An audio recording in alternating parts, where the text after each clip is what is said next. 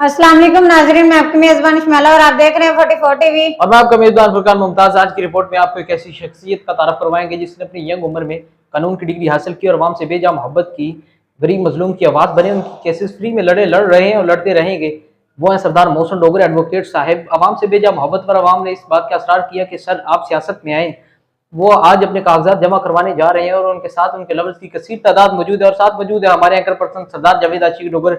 मजीद तफसीलात सुनते जानते हैं। जी सरदार साहब, तफसीलात से आगाह कीजिएगा। डेंगशा में यहाँ पे भी हमारे जो नामजद उम्मीदवार हैं पीपी 179 के सरदार मोहसिन डोगर एडवोकेट हैं, वो भी अपने कागजात जमा करवाने के लिए जा रहे हैं। तो उनके जो साथी हैं वो हज़ारों की तादाद में कारकुन, उनसे मोहब्बत करने वाले कारकुन उनके साथ रैली की क़यादत कर रहे हैं। तो मेरे पास मौजूद हैं सरदार मोहसिन डोगर साहब, उनसे बात करते हैं इस हवाले से देखने वालों को वो क्या मैसेज देना चाहते हैं। अस्सलाम वालेकुम डॉक्टर साहब। जी वालेकुम सलाम। डॉक्टर साहब, आप देखने वालों को क्या मैसेज देना चाहेंगे? मैंने देखा आज लोग अपने अपने कागजात जमा करवा रहे हैं। मैंने जो मुनफरद चीज़ देखी है वो आपके साथ लोगों की बहुत ज़्यादा मोहब्बत है, हज़ारों की तादाद में कारकुन आपके साथ हैं। तो आप देखने वालों को क्या मैसेज देंगे?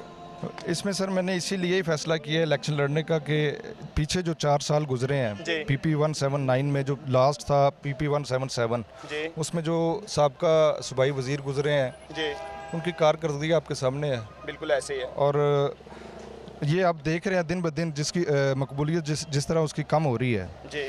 तो इन दोस्तों के इसरार पर ही मैं इलेक्शन में उतरा हूँ और इंशाल्लाह इसमें कामयाब होकर दिखाएंगे। तो आप किसी पार्टी की तरफ से इलेक्शन लड़े हैं या आज़ाद उम्मीदवार की हैसियत से इलेक्शन लड़े? मैं इसमें इंशाल्लाह पाकिस्तान पीपल्स पार्टी की तरफ से नामजद किया गया इंशाल्लाह। तो अगर आप कामयाब हो जाएंगे तो आने वाले यानी कि जो इलेक्शन है, कामयाबी के बाद आप कसूर की आवाम के लिए क्या खुशखबरी लेकर आएंगे? सर इसमें एक तो जो करप्शन का बाज़ार तकरीबन 4 साल इधर रहा है जी, उसको ख़त्म किया जाएगा और इंशाल्लाह करेंगे। और दूसरा ये जो थाना कल्चर का सिस्टम है जी, जिसमें लोगों को इंसाफ की फराहमी में बड़ी मुश्किलात पेश होती है, वो इंशाल्लाह जिस तरह से एक वकील समझता है जी, वो शायद किसी दूसरे को कम समझ आता है। बिल्कुल ऐसे है। एक वकील बेहतर जानता है कि इन मामलात को किस तरह से टैकल करना है। और इंशाल्लाह ये जो एक मुर्शियत की सियासत चल रही थी कि एक आया फिर उसका बेटा आया फिर उसका बेटा आया, इसको ख़त्म करेंगे इंशाल्लाह। अब एक आम आदमी इलेक्शन लड़ेगा और जीतेगा भी इंशाल्लाह। जी, कल्चर है, इसको ख़त्म करेंगे। थाने के जो दरवाजे हैं अमीर के लिए खुलते हैं, गरीबों के लिए नहीं खुलते, इनको गरीबों के लिए भी खोला जाएगा। कानूनदान सरदार मोहसिन डोगर एडवोकेट ने सैकड़ों साथियों के हमरा कागजात जमा करवा दिए। पाकिस्तान पीपल्स पार्टी के कारकुनों ने मनो फूलों की पत्तियां निशावर की और बिलावल भुट्टो के नारे लगाए। तफसीलात के मुताबिक गुज़श्ता रोज़ पीपी 179 से सूबाई असम्बली के उम्मीदवार साहब का कानूनदान सरदार मोहसिन डोगर एडवोकेट ने अपने हमायतियों और पाकिस्तान पीपल्स पार्टी के कारकुनों के हमरा एक जलूस की शक्ल में अपने कागजात रिटर्निंग अफसर के पास जमा करवा दिए।